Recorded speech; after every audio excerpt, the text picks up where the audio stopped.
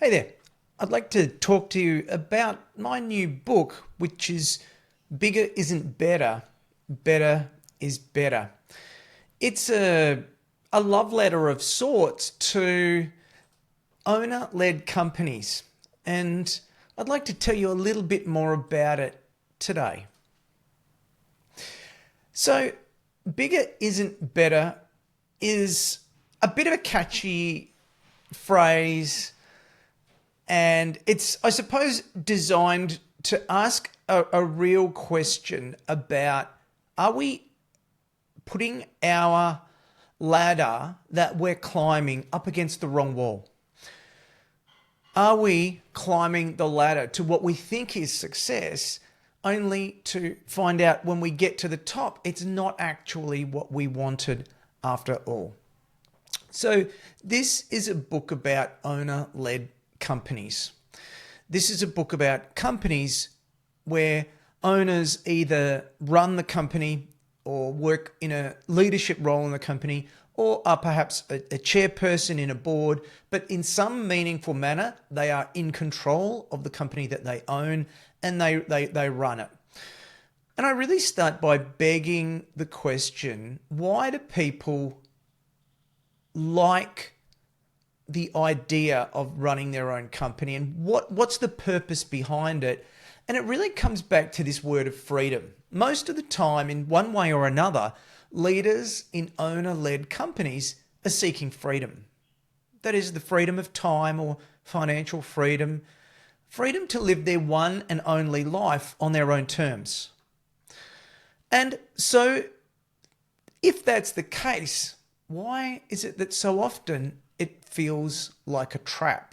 Why is it that so often we end up in owner-led companies thinking that we're in this trap that we can't escape, and ultimately falling out of love with the business?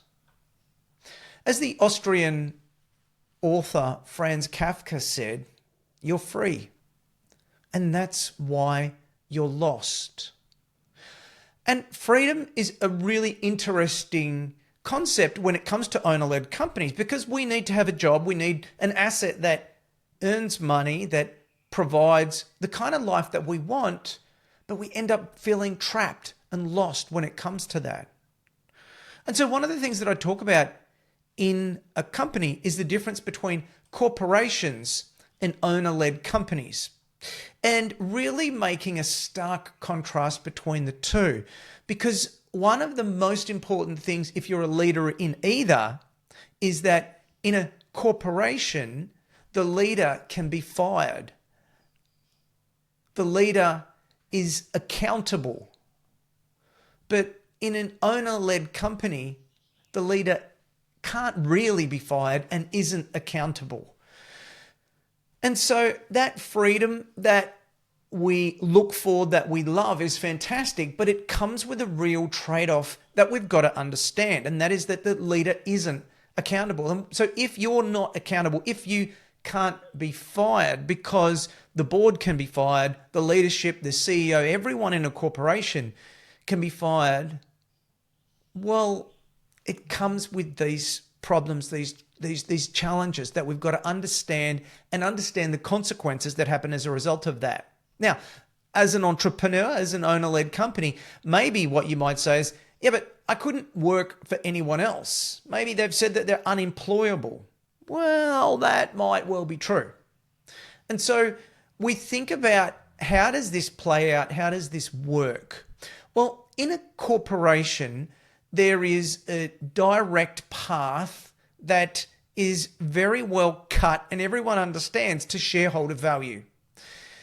And that is controlled by the shareholders and the board. But then in an owner-led company, there is also a path, but we don't have these same constraints. And the problem is that can create distractions on the path to shareholder value. And so little things can pop up along the way. Maybe we should do this, or maybe we should do that. And when no one is accountable, and we are accountable only to ourselves, it creates this real challenge along that path. And we get distracted by these shiny things all the time. So as a leader of a company, this is so fundamentally critical and important to understand, because we need to act differently. And so much of the information that we learn from corporations and books about corporation and what worked at Amazon or Facebook or Pepsi or wherever, whatever worked in a corporation is fantastic, and we need to understand that.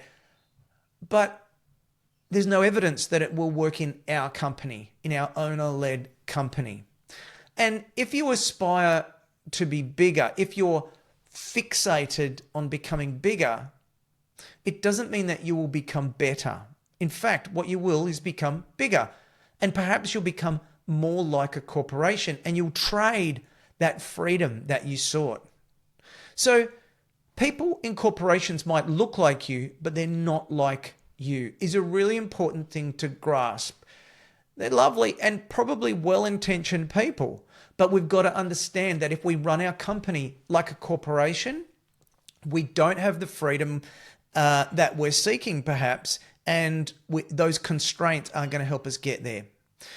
See, that freedom also means that entrepreneurs can do anything, but they can't do everything.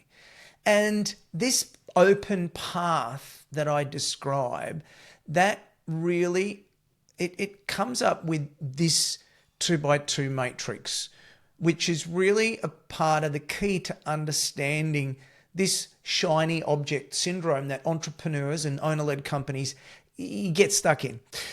So it's talking about discipline and patience as two traits of leadership. And what we have in the bottom left corner is where many owner-led companies sit, which is they are undisciplined and they are impatient. They want everything and they want it now, and they want to get everything done real quickly. And that serves them really, really well in the early stages of their company. But eventually things need to evolve, and they need to have discipline and they need to have patience so that they can execute a strategy. So what's the difference between bigger and better? Well, bigger is about wanting to be bigger for the sake of being bigger. Better, for an owner-led company, is about building a business that enables a better life for you and your family and the people that you care about. And so then we can think, what must a better business do? Well, a better business, first of all, must inspire its people. It must inspire its employees, its leaders, its customers, and even perhaps its competitors. A better business must earn loyalty. Following on from that inspiration, it must garner loyalty in employees and customers. Customers and employees should stay longer. A better business must focus on what it can be the best at. Trying to do too many things, doing things every which way, and expanding into markets or new products that you haven't really earned the right to compete in really only creates transactional relationships and mediocrity. A better business must be financially strong. A better business must have the financials and the mindset toward financials that creates a strong and evolving business that also, from that business, funds your lifestyle and funds your wealth outside of that business. And then perhaps most importantly, a better business must not drain the energy of its owner. Too often I've been in meetings with owners who have given up, or they think that the way forward is to sell the business or to exit. And it doesn't need to be that way. We want to find a way to build a better business that does all of the things that you can see there. And so we then introduce this idea of constraint coupled with compounding. And it's what I call the 15-15-15 model. So a better business might well grow. It's not focused on growth is what's important, but it might well grow, and our goal is to compound it. It might end up bigger, but the focus, it will become bigger because it is better. So think about what could you do to your business to consistently achieve greater than 15% revenue growth per year. You would have to have an effective strategy that continued to bring in clients. Next, less than 15% employee attrition per year. You'd have to have an effective relationship with employees and really effective employee promise and employee value proposition. You'd have to have a pretty good place to work. And then finally, greater than 15% profit. So think about a 15% profit over time, and then think, what if you achieved that, all three of those things in 1 year, and then the next year, and then the next year, and then the next year? After 5 or 7 or 10 years, you've got such a remarkable business through these different areas. You can't help but love it. And it gives you the ability to build a better life by design, which is chapter 7 of this book. You see, focusing on the endless pursuit of more, focusing on the undisciplined pursuit of more and growth for growth's sake doesn't give you freedom. Better does. And so the key question in the book that I'm asking is, why do so many leaders in owner-led companies chase bigger only to end up further from the life that they really want? And that's the question that I answer in this book through better teams, a chapter, better customers that stay longer and improve their value, better offerings, and then better financials. And they're addressing these 4 points of drift. And that's because companies naturally drift in these areas. So the first one is teams drift toward toxicity. And so we've got to counter that. Next, customers drift toward indifference. They end up not really caring that much. And so we've got to work on the business to counter that. And then offerings drift toward mediocrity. And so we've got to counter that and work on the offerings. And then financials drift toward unprofitability.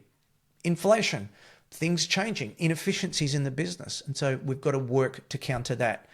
And so these 4 areas of the business is where we want to work to counter and build compounding momentum so that when those 4 areas of drift are addressed and you've worked on that and you've built what I call flywheels in each of these areas, you can then move into building a better life by design, which is mapping and planning and deeply understanding where you sit on healthy, wealthy, wise, happy personally, and great family.